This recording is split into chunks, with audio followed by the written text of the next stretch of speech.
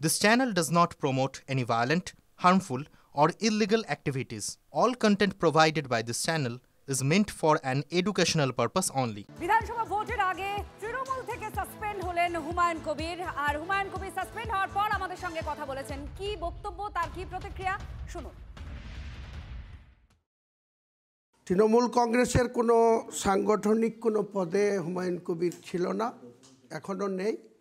কাজেই তৃণমূল কংগ্রেস থেকে সাসপেন্ড করাটা আমার কাছে কোনো গুরুত্বহীন, এটা আমার কাছে কোনো আকস্মিক কোনো আঘাত আসারও বিষয় নয়। এর আগেও আমি তৃণমূল থেকে বহিষ্কার হয়েছিলাম 6 বছরের জন্য, একইভাবে মিডিয়ার মাধ্যমে বহিষ্কার করা হয়েছিল। এর যোগ্য জবাব তৃণমূল কংগ্রেসকে রাজ্যের ক্ষমতাচ্যুত করে খেসারত দিতে হবে। বাবরি মসজিদ করার জন্য এটা সাসপেন্ড হয়েছে বলে আমার মনে হচ্ছে। কাজে আমি সেই সিদ্ধান্ত থেকে পিছু হটব না, তাতে আমার জীবন চলে গেলে যাবে, আমি শহীদ হয়ে গেলে শহীদ হয়ে যাব, কিন্তু 6 তারিখে যেটা বাবরি মসজিদের শিলান্যাস সেটা হবে, তাতে যে কোনো চক্রান্তের মোকাবেলা আমি করব।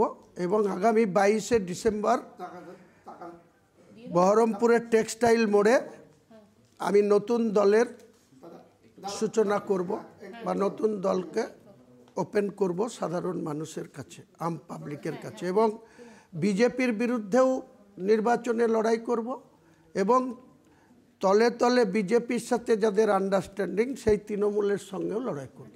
সাসপেন্ড হলেন হুমায়ুন কবির, আর তার সঙ্গে সঙ্গে তিনি বললেন যে তিনিও পদত্যাগ করবেন, বিধায়ক পদও ছাড়বেন, এই প্রতিক্রিয়া আমাদের দিয়েছেন। কিন্তু সাসপেন্ড করার সময় যে অভিযোগ করা হয়েছে দলের তরফ থেকে যে বাবরি মসজিদই কেন, বিজেপির উস্কানিতে তিনি এই কাজ করছেন বলে অভিযোগ করা হচ্ছে তৃণমূলের তরফ থেকে।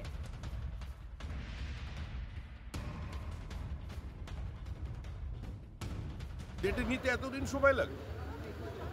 আর যখন তিনি বলেছিলেন যেখানে হিন্দুরা 30% আমরা 70% যখন চাইব তখন কেটে ভাগীরথীতে ভাসিয়ে দেবো, তখন মুখ্যমন্ত্রী চুপ ছিলেন কেন?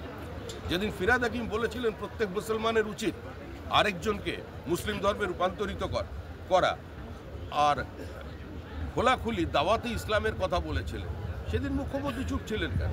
আর মুখ্যমন্ত্রী তো নিজে ঈদ উল ফিতরের মঞ্চ থেকে বলেছিলেন যে বিজেপি ইজ প্র্যাকটিসিং হিন্দু ধর্ম ইজ গান্ধাধর্ম।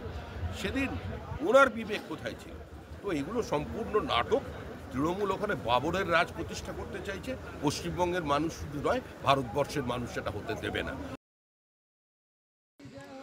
সব নাটক, কারণ বিভাজনের রাজনীতি হিন্দুদের জন্য জগন্নাথ কালচারাল সেন্টার, দুর্গাঙ্গন, আর মুসলমানদের জন্য বাবরি মসজিদ, এগুলো বানানোর কাজ আপনার নয়।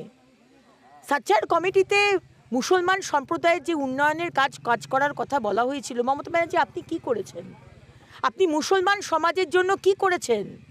সেই ছেলে মেয়েদের জন্য আপনি কি করেছেন? আপনি ছেলেদেরকে ক্রিমিনাল বানিয়েছেন, আপনি খারিজি মাদ্রাসায় পড়িয়ে তাদেরকে ক্রিমিনাল বানিয়েছেন, আর হিন্দুদেরকে আপনি কোন ঠাসা করেছেন। আজকে রাজেশ তাপস দাড়িভিটে বাংলা টিচার চেয়েছিল, তাকে গুলি করে মেরেছেন। আজকে কি হিন্দু কি মুসলমান তারা বুঝতে পেরেছে। আপনি যে প্রতারণা করেছেন মমতা ব্যানার্জি, এটা ভুলার নয়।